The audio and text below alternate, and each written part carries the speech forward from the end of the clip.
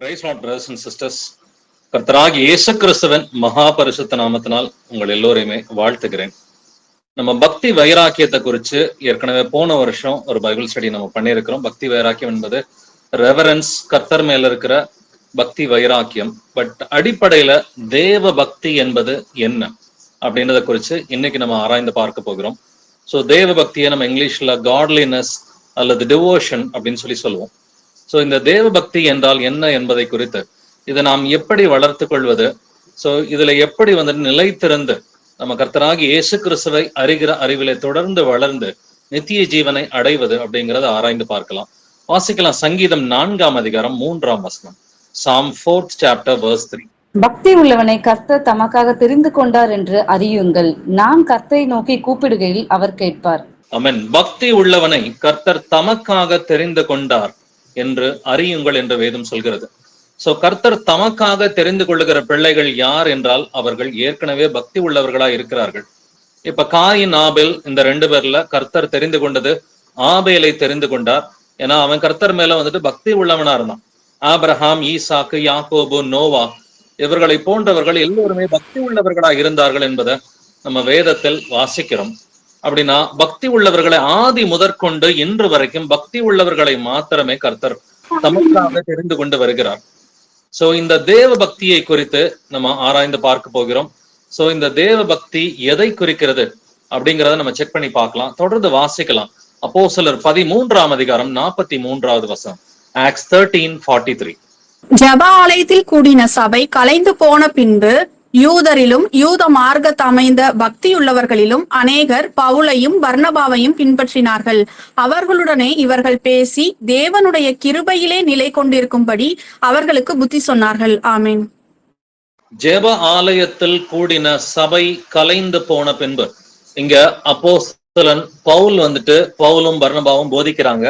அநேக பக்தி இல்லாதவர்கள் அதை எதிர்த்து நிற்கிறார்கள்.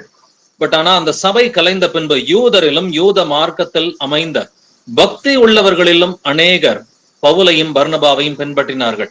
அப்ப சத்திய வசனத்தை பவுல் பர்னபா மூலமா கேட்பதற்கு கர்த்தர் யாருடைய இருதயங்களை இங்க ஏவி இருக்கிறார்? இங்க பக்தி உள்ளவர்களை தான் கர்த்தர் இருதயங்களை ஏவி இருக்கிறார். அப்ப கர்த்தர் மேல எப்படியாவது ஒரு பக்தி இருந்துச்சுன்னு சொன்னாக்கா, அவர் மேல உண்மையான ஒரு அன்பு இருக்குது அப்படின்னு சொன்னா அவர்களுடைய இருதயங்களில் ஏற்ற காலங்களில் கர்த்தர் ஏவி சத்தியத்தை தெரிந்து கொள்ளும்படி அவர் செய்வார். ஏன்னா யூத மார்க்கத்தில் இருந்த பக்தி உள்ளவர்களில் அநேகர் பவுலோடும் பர்னபாவோடும் சேர்ந்து கொண்டார்கள், சத்தியத்தை அறிந்து கொண்டார்கள். கர்த்தராகிய இயேசு கிறிஸ்து யார் என்பதை அவர்கள் அறிந்து கொண்டார்கள் என்பதை நம்ம பார்க்கிறோம். இப்ப பக்தி உள்ளவனை கர்த்தர் தமக்காக தெரிந்து கொண்டார் என்று வேதம் சொல்கிறது. புதிய ஏற்பாட்டுல இது பெர்ஃபெக்டா பிராக்டிக்கலா நடக்கிறத நம்ம பார்க்கிறோம். தொடர்ந்து இதை போல ஒரு சில எக்ஸாம்பிள்ஸ் பார்க்கலாம். அப்போஸ்தலர் 17ஆம் அதிகாரம் 4வது வசனம் வாசிக்கலாம். Acts 17:4.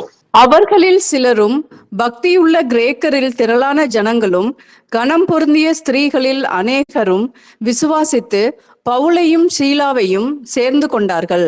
ஆமென். யாரெல்லாம் விசுவாசித்து பவுலையும் சீலாவையும் சேர்ந்து கொண்டார்கள்?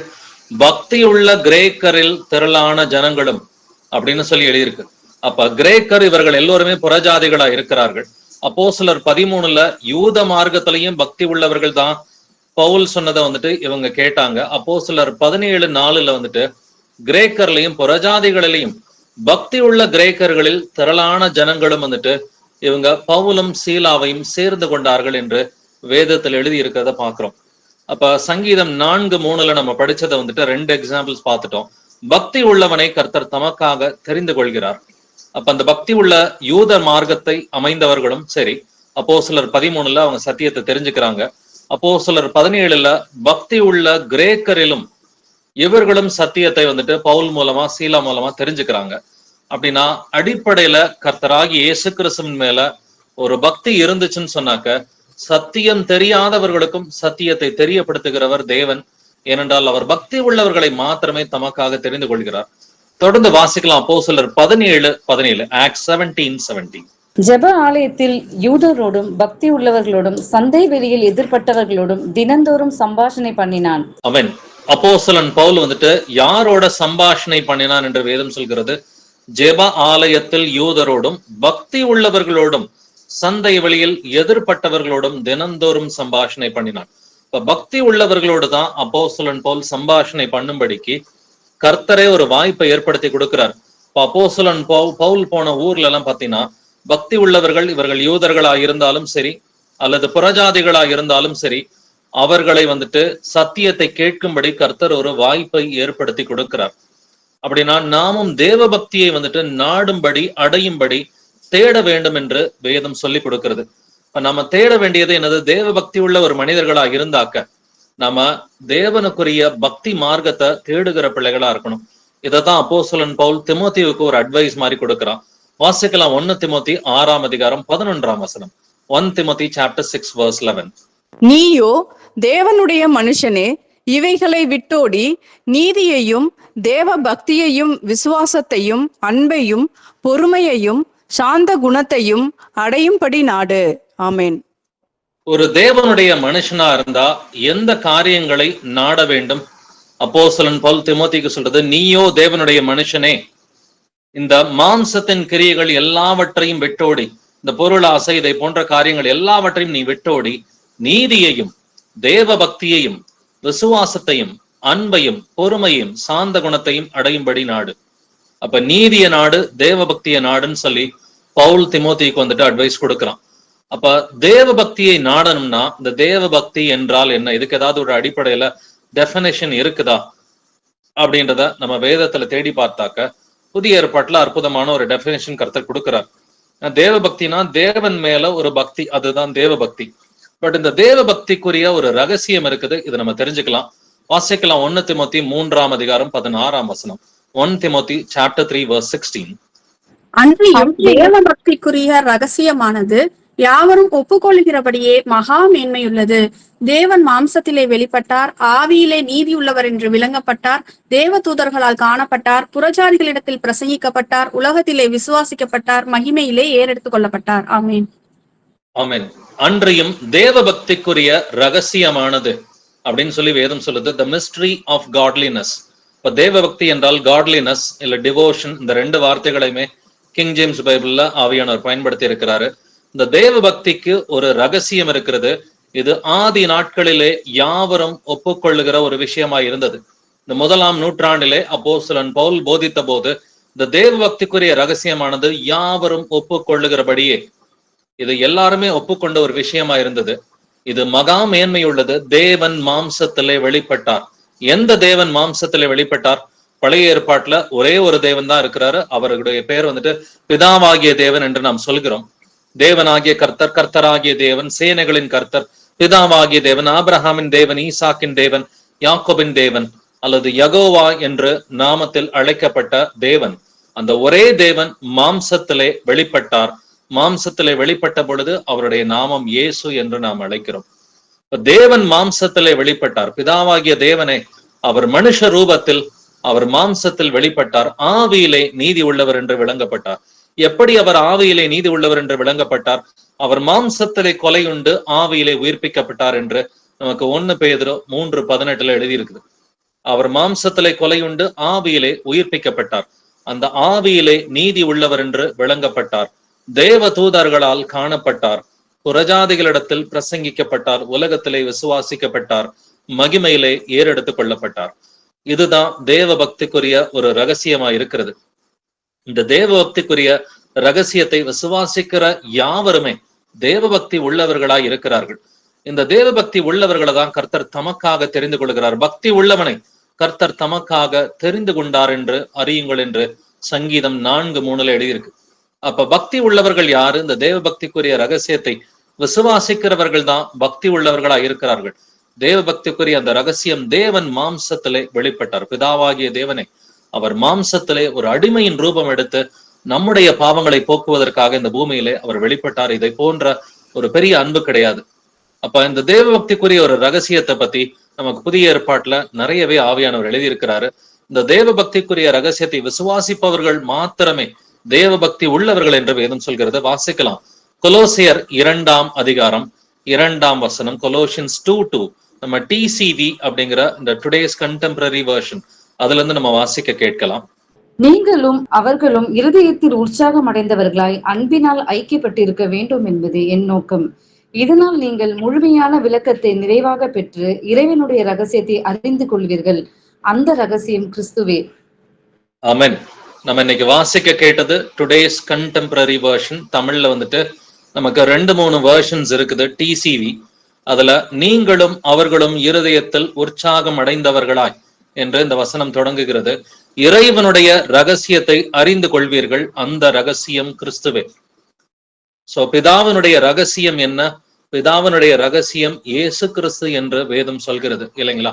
இப்ப இதே வசனத்தை நீங்க டிஆர்வி அப்படின்னு சொல்லி டுடேஸ் ரிவைஸ்டு வெர்ஷன் அப்படின்னு இன்னொரு எடிஷன் தமிழ்ல இருக்குது. அதுல நம்ம வாசிக்கும் பொழுது இறைவனுடைய மறைபொருளை உறுதியாக புரிந்து கொள்வதன் முழு நிறைவை பெற வேண்டும் என்பதே எனது நோக்கம். இறைவனுடைய அந்த மறைபொருள் கிறிஸ்துவே.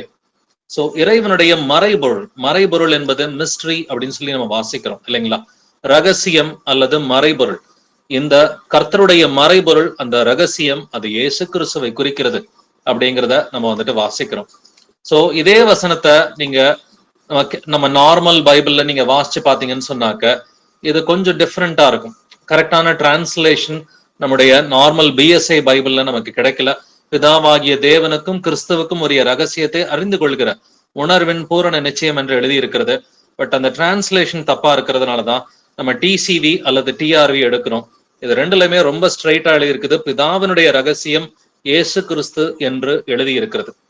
சோ பிதாவாகிய தேவனை வெளிப்படுத்துகிறவர் இயேசு கிறிஸ்து என்பதனாலதான் வந்துட்டு பிதாவாகிய தேவனுக்குரிய ரகசியம் இயேசு கிறிஸ்து என்று இந்த 2 டிரான்ஸ்லேஷன்லயுமே ரொம்ப கரெக்டாவே எழுதி இருக்குது. தொடர்ந்து வாசிக்கலாம். ஏசாயா 9:6, ஐசாயா 9:6. நமக்கு ஒரு பாலகன் பிறந்தார், நமக்கு ஒரு குமாரன் கொடுக்கப்பட்டார். கர்த்தத்துவம் அவர் தோளின் மேல் இருக்கும். அவர் நாமம் அதிசயமானவர், ஆலோசனை கர்த்தா, வல்லமை உள்ள தேவன், நித்திய பிதா, சமாதான பிரபு எனப்படும். ஆமேன். ஆமென். நமக்கு ஒரு பாலகன் பிறந்தார். அந்த பாலகன் இயேசு கிறிஸ்து என்பதை நாம் எல்லோருமே ஒப்புக்கொள்ளுகிற ஒரு விஷயம்தான். நமக்கு ஒரு குமாரன் கொடுக்கப்பட்டார். அந்த குமாரன் இயேசு கிறிஸ்து என்பது நம்ம எல்லோருக்குமே தெரியும். சோ பாலகன் குமாரனா வந்த இயேசு கிறிஸ்து, கர்த்தத்துவம் அவர் தோளின் மேல் இருக்கும். கர்த்தத்துவம் என்பது கவர்மெண்ட் குறிக்கிறது. So the government will be on his shoulders. அவர் நாமம் என்னது? அதிசயமானவர், ஆலோசனை கர்த்தா, வல்லமையுள்ள தேவன், நித்திய பிதா, சமாதான பிரபு எனப்படும். சோ அந்த பாலகன் குமாரனா இருந்த இயேசு கிறிஸ்து அவர் யாருங்க? அவர்தான் வல்லமையுள்ள தேவன், அல்மைட்டி காட் என்று வேதம் சொல்கிறது. அவர்தான் நித்திய பிதா. நித்திய பிதாவே பாலகனாக ஒரு குமாரனாக இந்த பூமியிலே வெளிப்பட்டார். இதுதான் தேவ பக்திக்குரிய ஒரு ரகசியம்.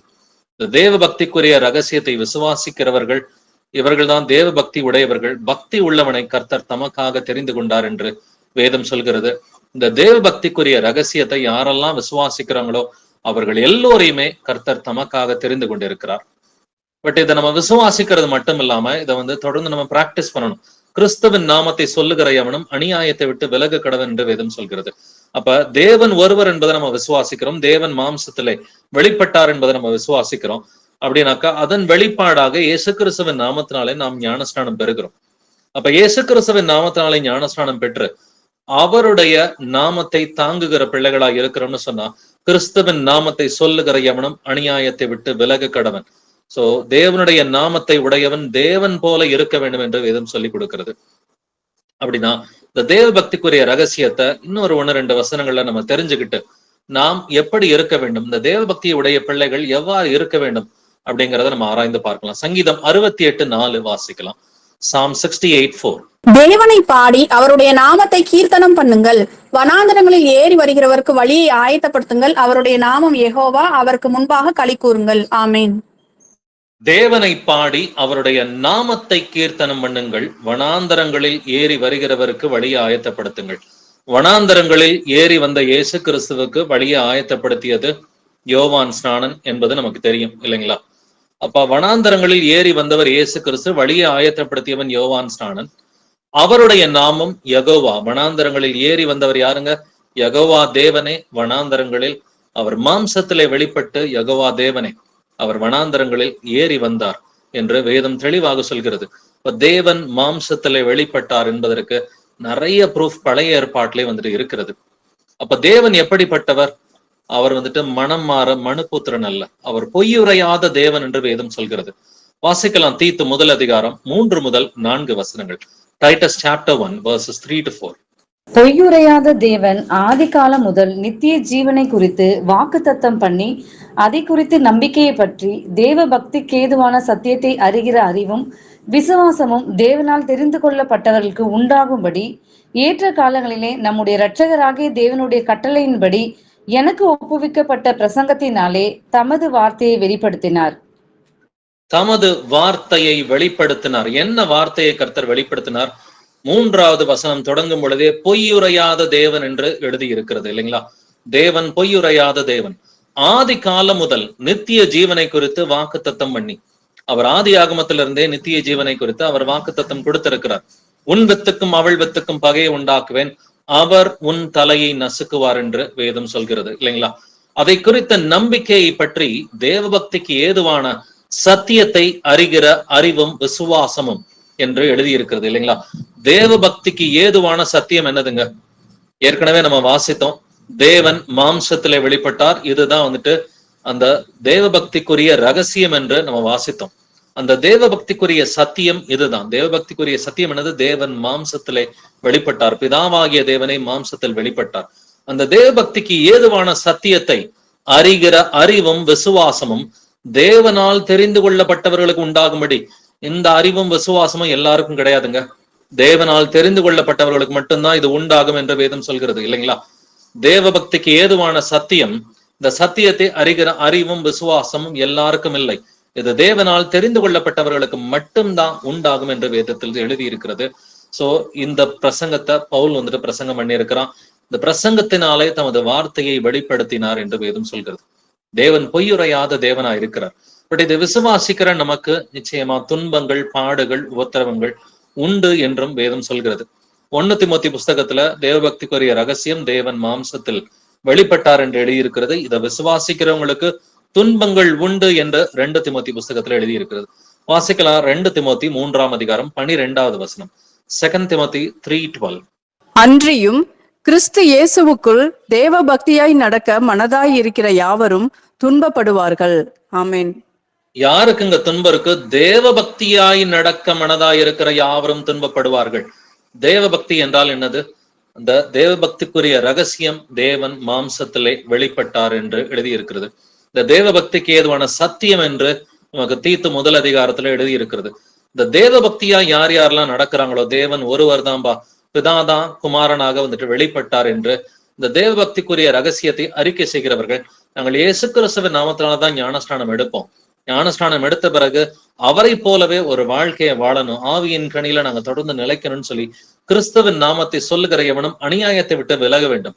எல்லா அநியாயங்களும் விலக்கி விட்டு மன்னிக்க வேண்டிய எல்லாரையும் மன்னிச்சுட்டு ஆவியின் கனியில நாங்க கிறிஸ்துவ வந்துட்டு எப்படி கிறிஸ்துவை நாங்கள் பார்த்து கொண்டு அவரை போலவே நாங்க உருமாறணும்னு சொல்லி தேவ பக்திக்குரிய ரகசியத்தை கடைபிடிக்கிறவர்கள் இப்படி தேவ பக்தியை நடக்க மனதாயிருக்கிற யாவரும் துன்பப்படுவார்கள் என்று வேதம் சொல்லிக் கொடுக்கிறது.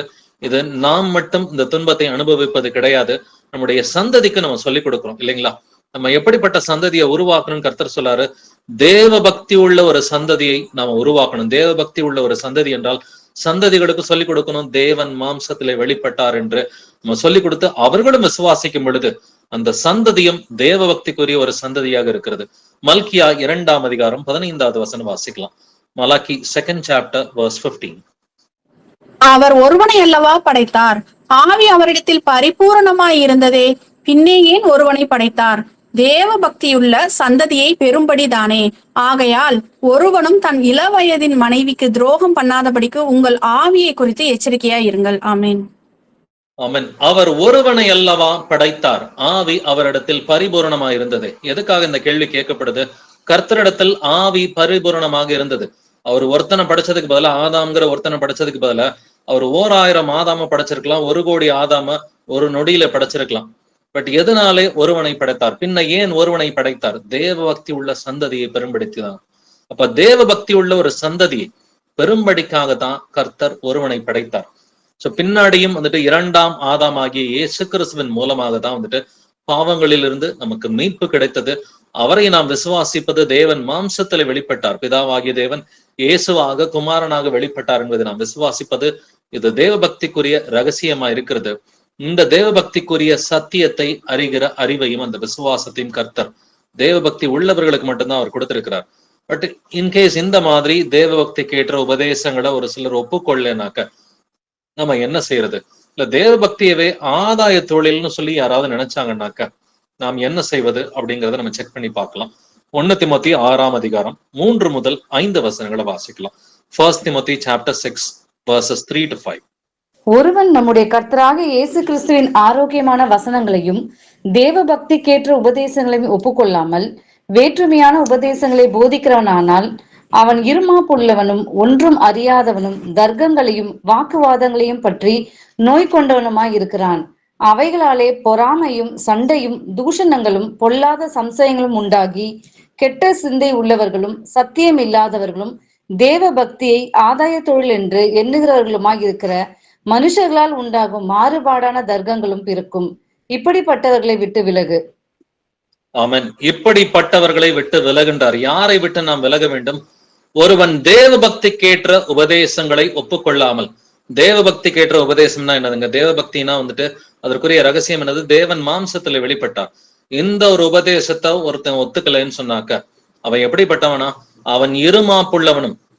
அப்ப நான் திருத்துவத்தை தான் போதிப்பேன், பிதா வேற குமாரன் வேற பரிசுத்தாவி வேற அப்படின்னு நான் திருத்துவத்தை போதிப்பேன். இல்ல வந்துட்டு பிதாவும் குமாரனும் வேற வேற, பரிசுத்தாவிங்கிற ஒருத்தரே வந்துட்டு கிடையவே கிடையாது, பிதா வந்துட்டு வேற குமாரன் வேறன்னு சொல்லி, இல்ல பைபிள் ஸ்டூடெண்ட்ஸை போல யெகோவா சாட்சிகளை போல பிதா ஒருவர் தான் வந்துட்டு தேவன், ஏசு கிறிஸ்து தேவன் கிடையாது, பிதா வந்துட்டு குமாரனா வெளிப்படல, 2ஆம் நபரா இருந்தவர் தான் அவர் குமாரனா வெளிப்பட்டாருன்னு சொல்லி இந்த பைபிள் ஸ்டூடெண்ட்ஸ் போலவோ யெகோவா சாட்சிகளை போலவோ யாராவது பேசினாங்கன்னா நாம் என்ன செய்ய வேண்டும்?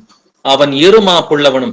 திருத்துவக்காரர்களோ அல்லது யெகோவா சாட்சிகளோ இந்த கொள்கைகளை உடையவர்களோ அவர்கள் எப்படிப்பட்டவர்கள்? அவன் இருமாப்புள்ளவனும் ஒன்றும் அறியாதவனும் தர்க்கங்களையும் வாக்குவாதங்களையும் பற்றி நோய் கொண்டவனுமா இருக்கிறான் என்று வேதம் சொல்கிறது. அதனால என்ன நடக்குமா? அவைகளாலே பொறாமையும் சண்டையும் தூஷணங்களும் பொல்லாத சம்சயங்களும் உண்டாகி அப்படின்னு வேதம் சொல்லுது.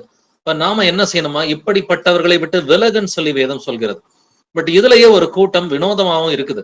தேவ பக்தி ஆதாய தொழில் என்று எண்ணுகிறவர்கள். தேவ பக்திக்குரிய ரகசியம் தெரியும், ஒரு சில சபைகள் இருக்கிறாங்க. தேவ பக்திக்குரிய ஒரு ரகசியம் தெரியும், இந்த ஒன்லி ஜீசஸ் போன்ற கூட்டங்கள் இருக்கிறாங்க. தேவ பக்தியவே ஆதாய தொழிலா மாத்திருவாங்க. நான் தான் உனக்கு சத்தியத்தை சொல்றேன், எனக்கு தசம பாகம் கொடு, எனக்கு காணிக்க கொடு, நான் கட்டிடம் கட்டணும், சர்ச்சு கட்டணும், எனக்கு பணம் கொடுன்னு சொல்லி இந்த தேவ பக்திய ஆதாய தொழிலா மாத்தின அநேக சபைகளும் இருக்கிறார்கள். அப்படிப்பட்டவர்களையும் நாம் விட்டு விலக வேண்டும் என்று வேதம் சொல்கிறது. அப்ப திருத்துவக்காரர்களை மட்டுமல்ல, யெகோவா சாட்சிகளை மட்டுமல்ல, பைபிள் ஸ்டூடெண்ட்ஸ் மட்டுமல்ல, தேவ பக்திக்குரிய ரகசியத்தை அறிந்து அதை ஆதாய தொழிலா மாத்தின ஜீசஸ் ஒன்லி போன்ற இப்படிப்பட்ட கூட்டத்தையும் நாம் விட்டு விலக வேண்டும் என்று வேதம் நமக்கு சொல்லிக் கொடுக்கிறது. அப்படின்னாக்க தேவ பக்தியா இருந்த மனிதர்கள் நிறைய பேர் வேதத்துல இருக்கிறாங்க. தேவன் மாம்சத்திலே வெளிப்படுவார் என்று காத்து கொண்டிருந்தவர்கள். இயேசு கிறிஸ்து முதலாம் வருகையில வந்துட்டு வெளிப்படும் போதே தேவன் மாம்சத்திலே வெளிப்படுவார் என்கிற நம்பிக்கையோடு காத்து கொண்டிருந்த அநேகர் இருக்கிறாங்க. அதுல ஒருத்தரை பத்தி நம்ம வாசிக்கலாம். லூக்கா 2ஆம் அதிகாரம் 25வது வசனம் வாசிக்கலாம். லூக் 2:25. அப்பொழுது சிமியோன் என்னும் பேர் கொண்ட ஒரு மனுஷன் எருசலேமில் இருந்தான். அவன் நீதியும் தேவ பக்தியும் உள்ளவனாயும் இஸ்ரவேலின் ஆறுதல் வர காத்திருக்கிறவனாயும் இருந்தான்.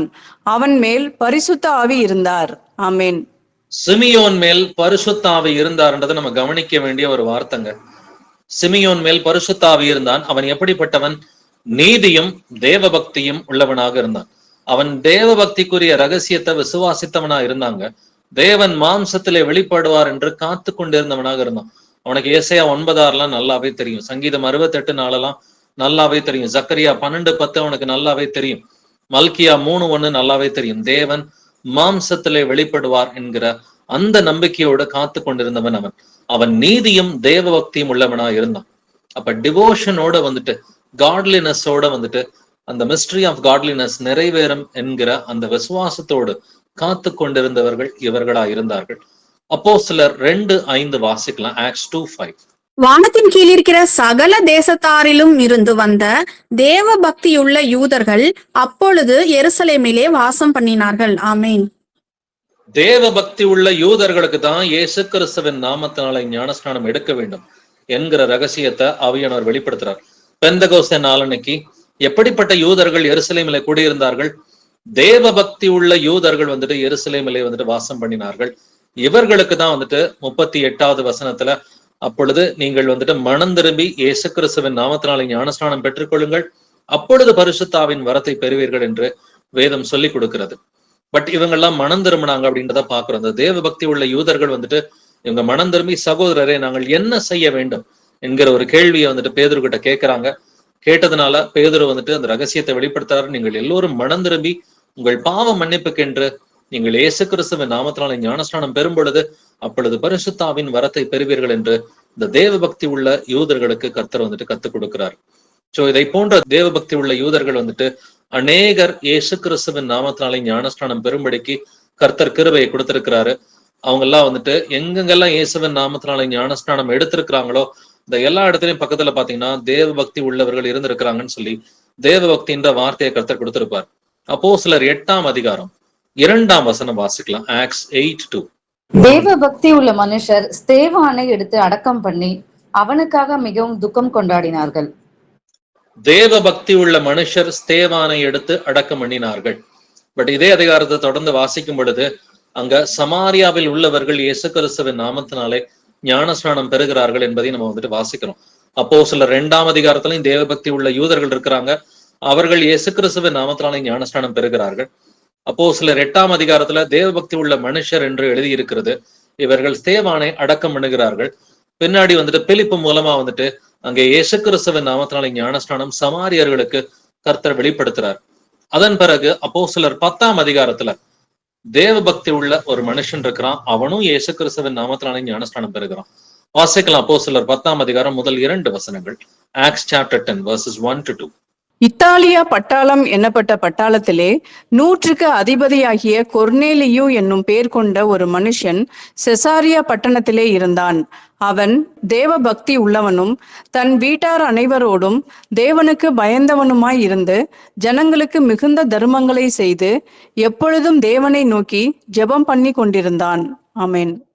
ஆமென். இத்தாலியா பட்டாளம் எனப்பட்ட பட்டாளத்திலே 100க்கு அதிபதியாகிய கொர்நேலியு அப்படிங்கிற ஒரு மனுஷன் இருந்தா. நமக்கு கொர்நேலியை பத்தி தெரியும். அவன் எப்படிப்பட்டவனா இருந்தா 2வது வசனம் சொல்லுது, தேவ பக்தி உள்ளவனும் தன் வீட்டார் அனைவரோடும் தேவனுக்கு பயந்தவனுமா இருந்து. சோ தேவன் மேல பக்தி மட்டும் இல்லைங்க, அவனுக்கு பயமும் இருந்துச்சு. இந்த பயபக்தி இதுதான் ரெவரன்ஸ் என்று வேதம் சொல்கிறது. சோ அவன் தேவன் மேல வந்துட்டு பக்தியும் பயமும் இருந்துச்சு. ரொம்ப ரெவரன்ஸோட வந்துட்டு இருந்தான். ஜனங்களுக்கு மிகுந்த தர்மங்களை செய்து எப்பொழுதும் தேவனை நோக்கி ஜெபம் பண்ணி கொண்டிருந்தான். இவன் தேவ பக்தி உள்ள ஒரு மனுஷன். அதனாலதான் தூதன் மூலமா வந்துட்டு நீ பேதுருவை கூட்டிட்டு வான்னு சொல்லி கர்த்தர் வந்துட்டு உணர்த்துறார். பேதுருவை கூட்டிட்டு வந்த பிறகு பேதுரு என்ன போதிக்கிறாரு? தேவன் மாம்சத்துல வெளிப்பட்டார் என்பதை வந்துட்டு அவர் போதிக்கிறாரு. போதிச்ச பின்பு அதன் முடிவிலே அவர்கள் பரிசுத்தாவியை பெற்றுக்கொள்கிறார்கள். அதன் பிறகு அவர்கள் இயேசு கிறிஸ்துவின் நாமத்தினாலே ஞானஸ்நானம் எடுக்கிறார்கள். இது நீங்க அப்போஸ்தலர் 10ஆம் அதிகாரத்துல 36வது வசனம் 47, 48 வசனங்களை வாசிக்கும் பொழுது எல்லாருக்கும் கர்த்தராய் இருக்கிற இயேசு கிறிஸ்து என்று தேவ பக்திக்குரிய ரகசியத்தை பேதுரு இங்க 36வது வசனத்துல வெளிப்படுத்துகிறார்.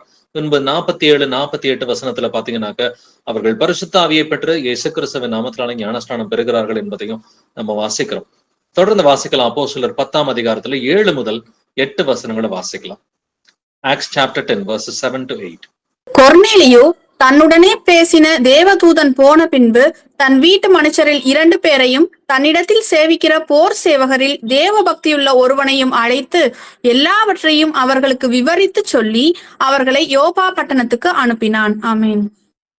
சோ கொர்நேலியு மட்டும் தேவ பக்தி உள்ளவன் கிடையாதுங்க. அவன் சூஸ் பண்ண நபர்களை பாருங்க. தன் வீட்டு மனுஷரில் 2 பேரையும் தன்னிடத்தில் சேவிக்கிற போர் சேவகரில் தேவ பக்தி உள்ள ஒருவனையும் அழைத்து.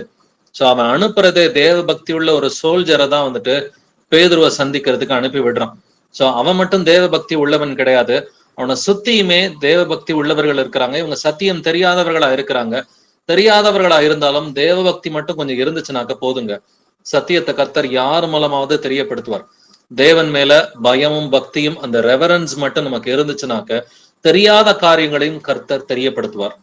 இப்பொழுது நம்மை நாமே நிதானித்து அறியலாம். இப்ப நாம வந்துட்டு கொர்நேலியை போல தேவ பக்தியோட நம்ம இருக்கிறோமா அப்படின்னு சொல்லி கொஞ்சம் நம்மளை நாமளே நிதானிச்சு பார்க்கக்கூடிய ஒரு தருணமா இருக்கிறது. நம்ம அப்போஸ்தலர் 2ஆம் அதிகாரத்துல வாசிக்கிறோம். தேவ பக்தி உள்ள யூதர்கள் இருக்கிறாங்க. அவங்க மனம் திரும்புறாங்க. இயேசு கிறிஸ்துவின் நாமத்தினாலே ஞானஸ்நானம் பெறுகிறார்கள். அவர்கள் மூலமா தான் சுவிசேஷம் அறிவிக்கப்படுகிறது. அடுத்து அப்போஸ்தலர் 8ஆம் அதிகாரம், அடுத்து அப்போஸ்தலர் 10ஆம் அதிகாரம். இங்கேயுமே தேவபக்தி உள்ள ஒரு மனிதர்கள் இருக்கிறாங்க. இருக்கும் பொழுது அவர்களுக்கு இயேசு கிறிஸ்துவின் நாமத்தினாலே ஞானஸ்நானம் வெளிப்படுத்தப்படுகிறது. அவர்கள் சாட்சிகளா இருக்கிறார்கள். அப்படின்னாக்க இங்க ஆண்கள் மட்டும் இல்ல, ஸ்திரீகளும் தேவபக்தியோடு தான் இருக்கணும். அப்படி இருந்தார்கள் ஆதியில அப்படின்றத நம்ம வாசிக்கிறோம். தொடர்ந்து வாசிக்கலாம். 1 திமோத்தி 2ஆம் அதிகாரம் 9 முதல் 10 வசனங்கள். 1 Timothy chapter 2 verses 9 to 10. ஸ்திரீகளும் மயிரை பின்னுதலினாலாவது, பொன்னினாலாவது, முத்துக்களிலாவது, விலையேற பெற்ற வஸ்திரத்தினாலாவது தங்களை அலங்கரியாமல், தகுதியான வஸ்திரத்தினாலும் ஞானத்தினாலும் தெரிந்த புத்தியினாலும் தேவ பக்தி உள்ளவர்கள் என்று சொல்லிக் கொள்ளுகிற ஸ்திரீகளுக்கு ஏற்றபடியே நற்கிரியைகளினாலும் தங்களை அலங்கரிக்க வேண்டும். ஆமென். ஸ்திரீகள் எப்படி இருக்க வேண்டும்? 10வது வசனம் சொல்லுது, தேவ பக்தி உள்ளவர்கள் என்று சொல்லிக் கொள்ளுகிற ஸ்திரீகளுக்கு ஏற்றபடியே. எப்படி இருக்கணுமா? தேவ பக்தி உள்ள ஸ்திரீகள் இவர்கள் என்று வெளியே சொல்லிக் கொள்ளுகிறபடியே நற்கிரியைகளினாலும் தங்களை அலங்கரிக்க வேண்டும் என்று எழுதியிருக்கிறது. அப்ப எல்லோருக்குமே தேவ பக்தி வேணும்னு சொல்லி கர்த்தர் வந்துட்டு எதிர்பார்க்கிறார். இதைத்தான் அப்போஸ்தலன் பவுல் மீண்டும் மீண்டும் திமோத்தி புஸ்தகத்தில் எழுதுறான். நீங்க 1 திமோத்தி வாசித்தாலும் 2 திமோத்தி வாசித்தாலும் இந்த தேவ பக்தின்ற வார்த்தை நிறைய இடத்துல திரும்ப திரும்ப வரும். நீங்க வேணா செக் பண்ணி பாருங்க. 1 திமோத்தி புஸ்தகம், 2 திமோத்தி புஸ்தகம், அதே போல 2 பேதுரு புஸ்தகம், இவை எல்லாவற்றிலும் 1 பேதுரு 2 பேதுரு, இதுல எல்லாம் தேவ பக்தின்ற வார்த்தைய கர்த்தர் திரும்ப திரும்ப ஞாபகப்படுத்திக்கிட்டே இருக்கிறார். அப்ப தேவ பக்தின்றது அடிப்படையாக எல்லாரிடமும் இருக்க வேண்டிய ஒரு பேசிக்கான கேரக்டர். Godliness, devotion. நமக்கு தேவனை போலவே ஒரு சுபாவம் வேண்டும். அடிப்படை சத்தியத்தை விசுவாசிக்கிறோமா? நல்லது. தேவன் மாம்சத்திலே வெளிப்பட்டாருன்றத விசுவாசிக்கிறீங்களா? நல்லது. இயேசு கிறிஸ்துவின் நாமத்தினால ஞானஸ்நானம் எடுத்துட்டீங்களா? ரொம்ப நல்லது. அதுக்கடுத்து அந்த காட்லினஸ, அந்த தேவ பக்தியை நம்முடைய கிரியைகள் மூலமா நம்ம வெளிப்படுத்தணும். அந்த டிவோஷனை வந்துட்டு கிரியைகள் மூலமா நாம் வெளிப்படுத்துகிற பிள்ளைகளாய் இருக்க வேண்டும். வாசிக்கலாம் 1 திமோத்தி 4ஆம் அதிகாரம் வசனங்கள் 7 முதல் 8 வரை. 1 Timothy chapter 4 verses 7 to 8. சீர்கேடும் கிளவிகள் பேச்சுமாய் இருக்கிற கட்டுக்கதைகளுக்கு விலகி தேவ பக்திக்கு ஏதுவாக முயற்சி பண்ணு. சரீர முயற்சி அற்ப பிரயோஜனம் உள்ளது. தேவ பக்தியானது இந்த ஜீவனுக்கும் இதற்கு பின் வரும் ஜீவனுக்கும் வாக்கு தத்தம் உள்ளதாகையால் எல்லாவற்றிலும் பிரயோஜனம் உள்ளது. ஆமென். ஆமென். தேவ பக்திக்கு ஏதுவாக முயற்சி பண்ணு என்று வேதம் சொல்கிறது. முயற்சி பண்றதுக்கு முன்னாடி நம்ம என்ன பண்ணணுமா? சில காரியங்களை வந்துட்டு விட்டு விலக வேண்டும் என்று கர்த்தர் சொல்கிறார். சீர்கேடும் கிளவிகள் பேச்சுமா இருக்கிற கட்டுக்கதைகளுக்கு விலகி என்று வேதம் சொல்கிறது. அப்ப சீர்கேடான காரியங்களுக்கு நம்ம விலகி இருக்கணும். கிளவிகள் பேச்சுக்கு விலகி இருக்கணும். கட்டுக்கதைகளுக்கு நாம் விலகி இருக்கணும். விலகி இருந்தாதான் தேவ பக்திக்கு ஏதுவாக முயற்சியே பண்ண முடியும். அப்படி இல்லைன்னா தேவ பக்திக்கு ஏதுவாக முயற்சி பண்ண முடியாது. அப்ப தேவ பக்திக்கு ஏதுவாக நாம் முயற்சி செய்ய முடியும். காட்லினஸ்க்காக முயற்சி பண்ண முடியும். டிவோஷனுக்காக முயற்சி பண்ண முடியும்னு சொல்லி கர்த்தர் சொல்றார். மேலும் சரீர முயற்சி அற்ப பிரயோஜனம் உள்ளது என்று எழுதியிருக்கிறது. அப்ப தேவ பக்தியானது எப்படிப்பட்டது? இந்த ஜீவனுக்கும் இதற்கு பின்வரும் ஜீவனுக்கும் வாக்கு தத்தம் உள்ளதாகையால் எல்லாவற்றிலும் பிரயோஜனம் உள்ளது. சோ தேவ பக்தி வந்துட்டு இந்த ஜீவனுக்கு மட்டும் இல்லைங்க, பின்வரும் ஜீவனுக்கும் அது பிரயோஜனமா இருக்கிறது என்று வேதம் சொல்கிறது. அப்ப அந்த தேவ பக்தி, அந்த காட்லினஸ் நமக்குள்ளார இருக்குதா? இந்த காட்லினஸோட வந்துட்டு நம்ம இன்னொரு கேரக்டரிஸ்டிக்கையும் நம்ம சேர்த்துக்கணும், இன்னொரு குணாதிசயத்தையும் நம்ம சேர்த்துக்கணும்னு சொல்லி கர்த்தர் விரும்புறார். இந்த தேவ பக்தியோட வந்துட்டு நம்ம இன்னொரு விஷயத்தையும் சேர்த்துக்கணும். இந்த தேவ பக்தின்ற வார்த்தை 1 திமோத்தி 6ஆம் அதிகாரத்துல நிறைய வசனங்கள் இருக்குது. வாசிக்கலாம். 1 திமோத்தி 6ஆம் அதிகாரம் வசனங்கள் 6 முதல் 8 வரை. 1 Timothy chapter 6 verses 6 to 8. போதுமென்ற மனதுடன் கூடிய தேவ பக்தியே மிகுந்த ஆதாயம். உலகத்திலே நாம் ஒன்றும் கொண்டு வந்ததும் இல்லை, இதிலிருந்து நாம் ஒன்றும் கொண்டு போவதும் இல்லை என்பது நிச்சயம். உண்ணவும் உடுக்கவும் நமக்கு உண்டாயிருந்தால் அது போதும் என்று இருக்க கடவோம். ஆமென். போதும் என்கிற மனதுடனே கூடிய தேவ பக்தியே மிகுந்த ஆதாயம். சோ தேவ பக்தி வேணும் தான், பட் எதோடு கூடிய தேவ பக்தி? போதும் என்கிற மனதுடன் கூடிய தேவ பக்தியா இருக்கணும். Godliness with contentment. இது எனக்கு போதுமானவரே, இதுக்கு போதுமானதை நீங்க கொடுத்துருக்கிறீங்க, பத்தல அப்படின்ற ஆட்டிடியூடு இருந்துச்சுன்னு சொன்னாக்க உங்களுக்கு தேவ பக்தி வீணா இருக்கும். ஏன்னா அந்த போதும்ன்ற எண்ணம் இல்லாம இருந்துச்சுன்னா அந்த தேவ பக்தியே வேஸ்ட்ன்னு சொல்லி கர்த்தர் சொல்றாரு. தேவ பக்தி எதோடு சேர்ந்து இருக்கணும்? கண்டென்ட்மெண்டோட சேர்ந்து இருக்கணும். எனக்கு போதும் ஆண்டவரே, எனக்கு எல்லாத்தையும் நீங்க கொடுத்திருக்கிறீங்க, என்னுடைய இந்த ஜீவனுக்குரிய காரியங்கள் எல்லாத்தையும் நீங்க கொடுத்திருக்கிறீங்க, நன்றி ஆண்டவரேன்னு சொல்லி முதல்ல அந்த கண்டென்ட்மெண்டோட வந்துட்டு இருக்கணும். உலகத்தில் நாம் ஒன்றும் கொண்டு வந்ததும் இல்லை, இதுல இருந்து நாம் ஒன்றும் கொண்டு போவதும் இல்லை என்பது நிச்சயம். அப்ப இன்னமும் வந்துட்டு தேவையில்லாத உலகத்துக்குரிய இச்சைகள்ல இருந்து நாம வெளியில வரணும். இச்சைகள், ஆசைகள், இது எதுவா இருந்தாலும் அதுல இருந்து நம்ம வெளியில வரணும். ஏன்னா அது நம்முடைய தேவ பக்தியை கம்ப்ளீட்டா கெடுத்துரும். உண்ணவும் உடுக்கவும் நமக்கு உண்டா இருந்தால் அது போதும் என்று இருக்க கடவும். ஸோ இந்த கண்டென்ட்மெண்ட் எந்த லெவல்ல இருக்கணும்? உண்ணவும் உடுக்கவும் இருக்குதா? சாப்பாட்டுக்கு இருக்குதா? ட்ரெஸ் போட்டுக்கிறதுக்கு கர்த்தர் கிருபையை கொடுத்திருக்கிறாரு. ஏதோ ஒரு வாடகை வீட்டுல இருக்கிறோமா? போது ஆண்டவரே, நான் நல்லா இருக்கிற ஆண்டவரே, சந்தோஷமா இருக்கிற ஆண்டவரேன்னு சொல்லிட்டு அவருடைய கடமையை நம்ம செய்யறதுக்கு வந்துட்டு ரெடியா இருக்கணும்.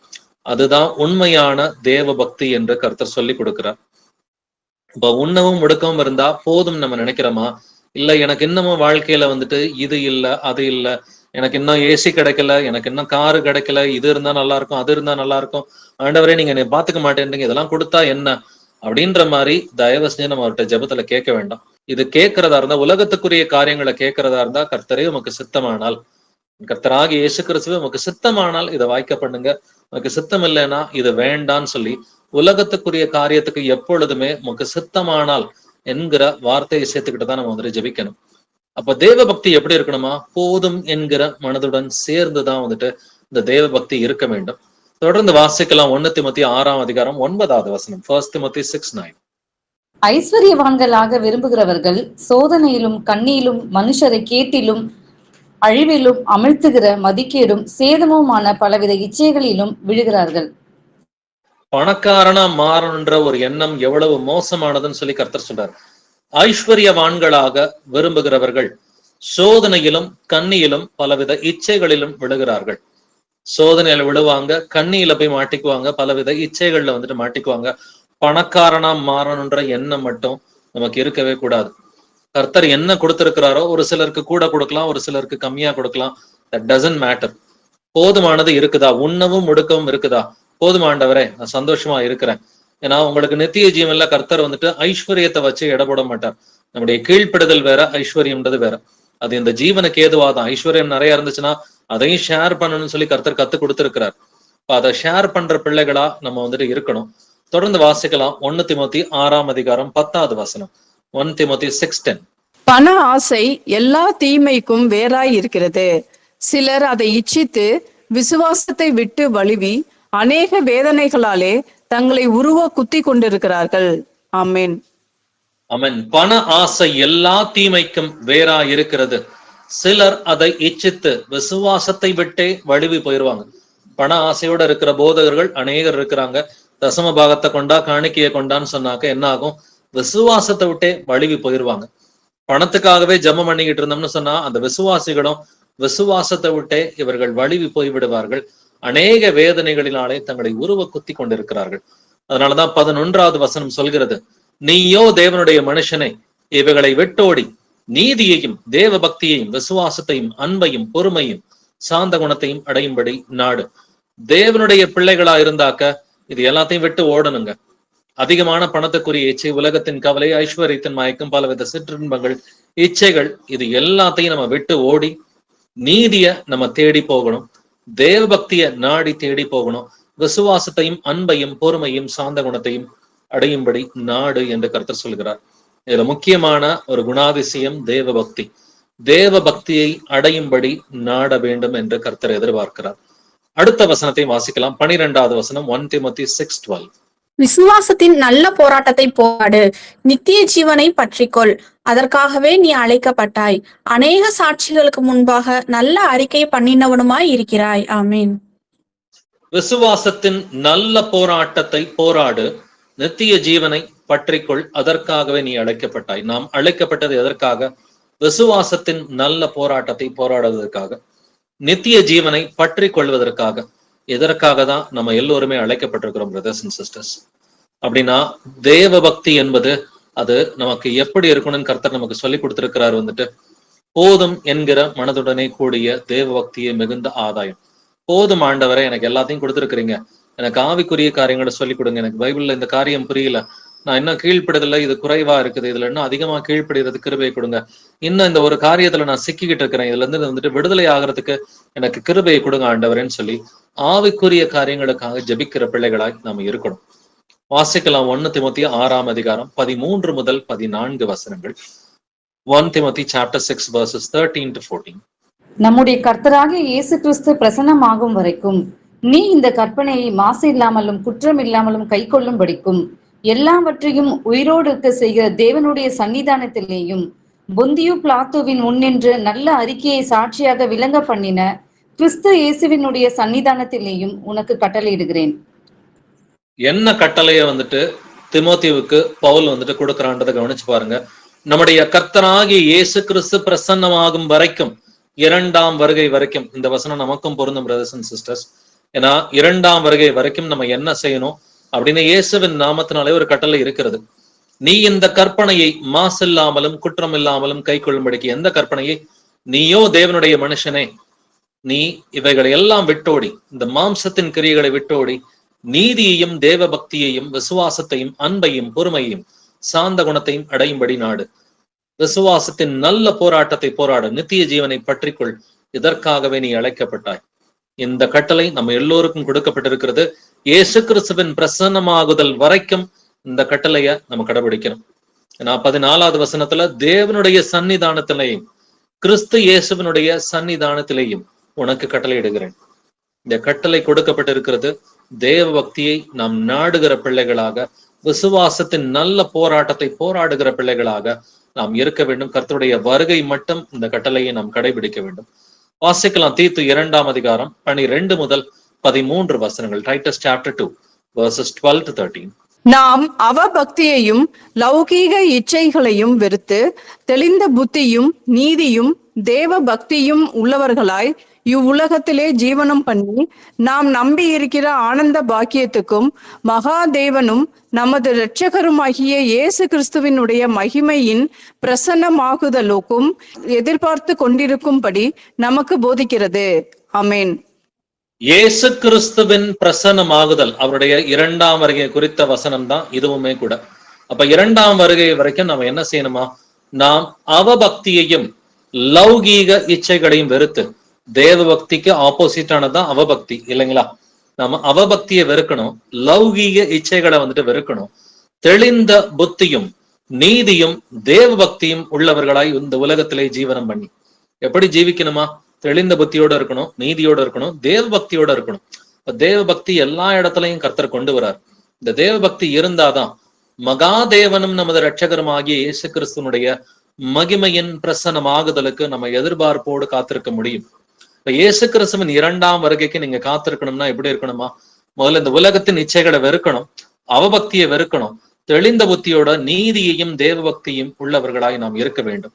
இப்போ 1 திமோத்தி 6ஆம் அதிகாரத்திலையும் இதே தான் சொல்லப்பட்டிருக்கு 13-14 வசனங்கள்ல. தீத்து 2ஆம் அதிகாரத்துல 12-13 வசனங்கள்ல இதே தான் சொல்லப்பட்டிருக்குது. நம்ம கர்த்தர் வருமளவும் தேவ பக்தி உள்ளவர்களா இருக்கணும், அவபக்தியை வெறுக்கணும், லௌகீக இச்சைகளை வெறுக்கிற பிள்ளைகளா நம்ம இருக்கணும். வாசிக்கலாம் யாக்கோபு 1 அதிகாரம் 26வது வசனம். ஜேம்ஸ் 1:26. உங்களில் ஒருவன் தன் நாவை அடக்காமல் தன் இருதயத்தை வஞ்சித்து தன்னை தேவ பக்தி உள்ளவன் என்று எண்ணினால் அவனுடைய தேவ பக்தி வீணாயிருக்கும். ஆமேன். எப்படிப்பட்ட தேவ பக்தியை பார்த்து ஃபேக்ன்னு சொல்லி கர்த்தர் சொல்றாரு? உங்களில் ஒருவன் தன் நாவை அடக்காமல் தன் இருதயத்தை வஞ்சித்து, நாக்கடக்காம வாய்க்கு வந்ததெல்லாம் பேசுறது, உண்மை இல்லாத காரியங்களை பேசுறது, ஃபேக்கான விஷயங்களை பேசுறது, துடுக்குத்தனமா பேசுறது, மற்றவர்களுடைய இருதயம் காயப்படுற மாதிரி யோசிக்காம நம்ம பேசுற விஷயங்கள் எல்லாமே கர்த்தர் வந்துட்டு என்ன சொல்றாரு? ஒருவன் தன் நாவை அடக்காமல் தன் இருதயத்தை வஞ்சித்து தன்னை தேவ பக்தி உள்ளவன் என்று எண்ணினால் அவனுடைய தேவ பக்தி வீணா இருக்கும். Godliness with an unbridled tongue is nothing ன்னு சொல்லி கர்த்தர் சொல்றார். சோ நாவு வந்துட்டு கரெக்டா வசனத்துக்குரியவைகளை தான் வந்துட்டு பேசணும். வசனத்துக்கு புறம்பானவைகளை நம்ம பேசக்கூடாது. வசனத்துக்கு புறம்பானவைகளை நம்ம பேசுறோம்னு சொன்னா தேவ பக்தி வேஸ்ட்ன்னு கர்த்தர் சொல்றாரு. அடுத்த வசனத்திலே தேவ பக்தினா என்னன்னு கர்த்தர் எழுதி இருக்கிறார். வாசிக்கலாம் யாக்கோபு 1:27, ஜேம்ஸ் 1:27. திக்கற்ற பிள்ளைகளும் விதவைகளும் படுகிற உபத்திரவத்திலே அவர்களை விசாரிக்கிறதும் உலகத்தால் கரைப்படாதபடிக்கு தன்னை காத்து கொள்ளுகிறதுமே பிதாவாகிய தேவனுக்கு முன்பாக மாசில்லாத சுத்தமான பக்தியாய் இருக்கிறது.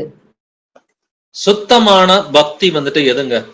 திக்கற்ற பிள்ளைகளும் விதவைகளும் படுகிற உபத்திரவத்திலே அவர்களை விசாரிக்கிறது. திக்கற்ற பிள்ளைகளை நம்ம விசாரிக்கக்கூடிய கடமை இண்டிவிஜுவல்ஸா நம்ம எல்லோருக்குமே இருக்குது. விதவைகளை விசாரிக்கக்கூடிய கடமை நம்ம எல்லோருக்குமே தனிப்பட்ட முறையில இருக்குது. உலகத்தால் கரைபடாதபடிக்கு தன்னை காத்து கொள்கிறதுமே. இந்த உலகத்துல அநேக அசுத்தங்கள் இருக்கதாங்க செய்யும். நிறைய அசுத்தங்கள் இருக்குது. கேட்டுக்கு போகிற வாசல் வந்துட்டு அது பெருசாதான் இருக்கும். இந்த உலகத்தால் கரைபடாதபடிக்கு தன்னை காத்து கொள்கிறதுமே பிதாவாகிய தேவனுக்கு முன்பாக மாசில்லாத சுத்தமான பக்தியா இருக்கிறது.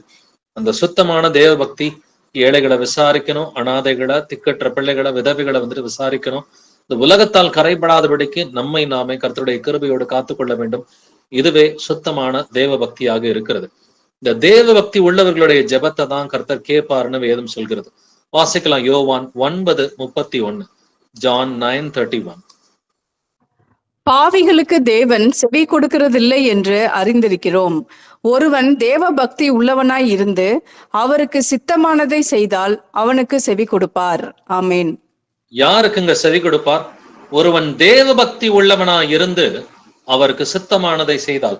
அப்ப தேவ பக்தியா இருந்து கர்த்தருக்கு சித்தமான காரியத்தை செஞ்சாக்க அவனுடைய ஜெபத்தை தான் கர்த்தர் கேட்பார். அப்ப தேவ பக்தி உள்ள பிள்ளைகளா நம்ம இருக்கிறோமா? அவருக்கு சித்தமான காரியங்களை நம்ம செய்யறோமா? நம்மை நாமே நிதானித்து அறிவோம். அப்ப தேவ பக்தி என்பது, அந்த தேவ பக்திக்குரிய ரகசியம் நம்ம எல்லாருக்குமே தெரியும். தேவன் மாம்சத்துல வெளிப்பட்டார் அப்படின்றது நம்ம எல்லோருக்குமே தெரியும். நம்ம விசுவாசிக்கிற பிள்ளைகள் தான். இயேசு கிறிஸ்துவின் நாமத்தினாலே நம்ம அநேகர் ஞானஸ்நானம் எடுத்திருக்கிறோம். பட் கிறிஸ்துவின் நாமத்தை சொல்லுகிற எவனும் அநியாயத்தை விட்டு விலக வேண்டும் என்று வேதம் சொல்கிறது. அப்ப இயேசு கிறிஸ்துவை போல வாழ்வதற்கு நாம் முயற்சிக்கிறோமா? தேவ பக்தினா இங்கிலீஷ்ல காட்லினஸ். காட்லினஸ்னாக்கா காட போல இருக்கிறது, இயேசு கிறிஸ்துவ போல இருக்கிறது தான் காட்லினஸ். இப்ப தேவனை போல இருக்கிறதுக்கு நாம் முயற்சிக்கிறோமா? நம்மை நாமே நிதானித்து அறிவோம். நீங்க 2 பேதுரு புஸ்தகம் வாசிச்சு பாத்தீங்கன்னா அங்கேயுமே இந்த தேவ பக்தின்ற வார்த்தை நிறைய இடத்துல வரும். வாசிக்கலாம் 2 பேதுரு 2:9. 2 Peter 2:9. கர்த்தர் தேவ பக்தியுள்ளவர்களை சோதனையினின்று ரட்சிக்கவும் அக்கிரமக்காரரை ஆக்கினைக்குள்ளானவர்களாக நியாய தீர்ப்பு நாளுக்கு வைக்கவும் அறிந்திருக்கிறார். ஆமேன். கர்த்தர் தேவ பக்தி உள்ளவர்களை சோதனையினின்று ரட்சிக்க அறிந்திருக்கிறார். இந்த சோதனை காலத்திற்கு தப்பும்படி நானும் உன்னை காப்பேன்னு எழுதியிருக்கு இல்லைங்களா? வெளிப்படுத்தின விசேஷம் 3:10 பிலடெல்பியா சபைக்கு மட்டும் கர்த்தர் ஒரு வாக்குத்தத்தம் கொடுத்திருக்கிறார். இந்த பூச்சக்கரத்தின் மீதெங்கும் வரப்போகிற சோதனை காலத்திற்கு தப்பும்படி நானும் உன்னை காப்பேன். தேவ பக்தி உள்ளவர்களை மட்டும் கர்த்தர் சோதனை என்று காப்பாற்றுகிறார் என்று இந்த வேதம் இந்த வசனம் சொல்லி கொடுக்கிறது. வாசிக்கலாம் 2 பேதுரு 3:7. 2 Peter 3:7. இப்பொழுது இருக்கிற வானங்களும் பூமியும் அந்த வார்த்தையினாலே அக்கினிக்கு இரையாக வைக்கப்பட்டு தேவ பக்தி இல்லாதவர்கள் நியாயம் தீர்க்கப்பட்டு அழிந்து போகும் நாள் வரைக்கும் காக்கப்பட்டிருக்கிறது. 2 பேதுரு 3:தான் அக்கினியினால் பெரிய ஒரு அழிவு வருகிறது என்று ஆவியானவர் எழுதியிருக்கிறார். இங்க யார் அழிய போறாங்க? தேவ பக்தி இல்லாதவர்கள் நியாயம் தீர்க்கப்பட்டு அழிந்து போகும் நாள் வரைக்கும் இது காக்கப்பட்டு இருக்கிறது. பட் 2 பேதுரு 2:9 தேவ பக்தி உள்ளவர்களுக்கு சோதனையிலிருந்து கர்த்தர் காப்பாத்துவார். ஆனா 2 பேதுரு 3:7 தேவ பக்தி இல்லாதவர்கள் நியாயம் தீர்க்கப்பட்டு அழிந்து போவார்கள் என்று வேதம் சொல்கிறது. இப்ப நாம எந்த அளவுக்கு தேவ பக்தியோட இருக்கிறோம்? நம்மை நாமே நிதானித்து பார்ப்போம். 2 பேதுரு 3:11 வாசிக்கலாம். 2 Peter 3:11. இப்படி இவைகள் எல்லாம் அழிந்து போகிறதா இருக்கிறபடியால் நீங்கள் எப்படிப்பட்ட பரிசுத்த நடக்கையும் தேவ பக்தியும் உள்ளவர்களாய் இருக்க வேண்டும். ஆமேன். இப்படி இவைகளெல்லாம் அழிந்து போகிறபடியினால், எல்லாமே அழிய போகுது, நெருப்புனால அழிய போகிறதுன்னு சொல்லி கர்த்தர் சொல்றார். இதெல்லாம் நெருப்புனால அழிய போகுதே, நீங்கள் எப்படிப்பட்ட பரிசுத்த நடக்கையும் தேவ பக்தியும் உள்ளவர்களா இருக்க வேண்டும். காட்லினஸ் நம்மளோடு கூட இருக்குதா? நம்மட காலையில எந்திரிச்சதுல இருந்து நைட்டு தூங்குற வரைக்கும் ஒவ்வொரு சிந்தனையிலையும், ஒவ்வொரு வார்த்தையிலையும், ஒவ்வொரு கிரியையிலையும் வந்துட்டு தேவ பக்தி இருக்குதான்னு சொல்லி யோசிச்சு பாருங்க. இதுக்கு அடிப்படை நீங்க பர்சனலா எப்படி எந்த அளவுக்கு வேதத்தை ஆராய்ச்சி பண்றீங்க, நீங்க பர்சனலா எந்த அளவுக்கு ப்ரேயர் பண்றீங்க. இது ரொம்ப ரொம்ப பேசிக்கான ஒரு காரியம். Personal Bible researching, personal prayer, இது ரெண்டுமே ரொம்ப ரொம்ப அடிப்படையானது. இது இருந்தாதான் இந்த தேவ பக்தி வந்துட்டு வருங்க. இப்படி எல்லாமே அழிந்து போறதுனால நம்ம எப்படிப்பட்ட பரிசுத்த நடக்கையும் தேவ பக்தியும் உள்ளவர்களா இருக்க வேண்டும். தேவ பக்தி இருந்தா பரிசுத்த நடக்கை ஆட்டோமேட்டிக்கா வரும். வாசிக்கலாம் 1 பேதுரு 4:18 வசனம். 1 Peter 4:18. நீதிமானே ரட்சிக்கப்படுவது அரிதானால் பக்தி இல்லாதவனும் பாவியும் எங்கே நிற்பான்? நீதிமானே ரட்சிக்கப்படுவது அரிதானால் பக்தி இல்லாதவனும் பாவியும் எங்கே நிற்பான். நம்ம தேவ பக்தியை பத்தி தான் பார்த்துக்கிட்டு இருக்கிறோம். பட் பக்தி இல்லாதவர்களும் பாவிகளும் எங்கே நிற்க முடியும்? பக்தி இல்லாதவர்களுக்கு ரட்சிப்பே கிடையாதுங்க. தேவ பக்தி இருந்தா மட்டும்தான் ரட்சிப்பு அடைகிறதுக்கு ஒரு வாய்ப்பு இருக்கு. பக்தி இல்லாதவர்களுக்கும் பாவிகளுக்கும் வாய்ப்பு இல்லைன்னு சொல்லி கர்த்தர் சொல்றாரு. தேவ பக்தி குறைவா இருந்துச்சுன்னா நம்ம கொஞ்சம் இம்ப்ரூவ் பண்ணிக்கணும். கர்த்தரை எதிர்பார்க்கிற அளவுக்கு வந்துட்டு பரிசுத்தத்தையும் தேவ பக்தியும் நம்ம கர்த்தருடைய கிருபையோட இம்ப்ரூவ் பண்ணிக்கணும். இதுக்கு ஒரு அடிப்படையான இந்த தேவ பக்தியை வெளிப்படுத்துறதுக்கு ஒரு அடிப்படையான அதிகாரத்தையும் வசனங்களையும் கர்த்தர் கொடுத்திருக்கிறார். அதோட நம்ம இன்னைக்கு முடிக்கலாம். 2 பேதுரு 1 முதல் 4 வசனங்களை வாசிப்போம். 2 Peter chapter 1 verses 3-4. தம்முடைய மகிமையினாலும் காருண்யத்தினாலும் நம்மை அழைத்தவரை அறிகிற அறிவினாலே ஜீவனுக்கும் தேவ பக்திக்கும் வேண்டிய யாவற்றையும் அவருடைய திவ்ய வல்லமையானது தமக்கு தந்தறினதும் அன்றி இச்சையினால் உலகத்தில் உண்டான கேட்டுக்கு தப்பி திவ்ய சுவாபத்துக்கு பங்குள்ளவர்களாகும் பொருட்டு மகா மேன்மையும் அருமையுமான வாக்கு தத்தங்களும் அவைகளினாலே நமக்கு அளிக்கப்பட்டிருக்கிறது. நம்மை அழைத்தவரை அறிகிற அறிவினாலே, அப்ப இயேசு கிறிஸ்துவை அறிகிற அறிவினாலே ஜீவனுக்கும் தேவ பக்திக்கும் வேண்டிய யாவற்றையும் அவர் நமக்கு கொடுத்திருக்கிறார். ஜீவனுக்கும் தேவ பக்திக்கும் வேண்டிய எல்லாத்தையுமே கர்த்தர் நமக்கு கொடுத்திருக்கிறாரு. அவருடைய திவ்ய வல்லமையானது நமக்கு தந்தருளினதும் அன்றி, அவருடைய அந்த திவ்யம்னாக்க டிவைன் இல்லைங்களா, அந்த டிவைன் மைட் நமக்கு எல்லாத்தையுமே கர்த்தர் கொடுத்திருக்கிறார். இச்சையினால் உலகத்தில் உண்டான கேட்டுக்கு தப்பி திவ்ய சுபாவத்துக்கு, திரும்பவும் திவ்யம்னு சொல்லி வருது. அந்த திவ்ய சுபாவம் கர்த்தருடைய அந்த டிவைன் கேரக்டரிஸ்டிக்ஸ் அது என்னதுங்க? அந்த திவ்ய சுபாவத்திற்கு நாம் பங்குள்ளவர்களாகணும்னு கர்த்தர் விரும்புறார். பங்குள்ளவர்கள் நாம் பார்ட்னரா வந்துட்டு மாறணும். அவருடைய திவ்ய சுபாவத்துக்கு நம்ம எல்லோருமே வந்துட்டு பார்ட்னர்ஸா மாறணும்னு கர்த்தர் விரும்புறார்.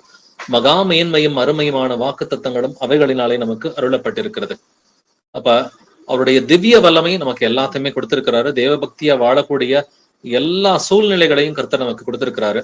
அவருடைய திவ்ய சுபாவத்துக்கு பங்குள்ளவர்களா இருக்கணும்ன்றத கர்த்தர் நமக்கு எதிர்பார்க்கிறாரு.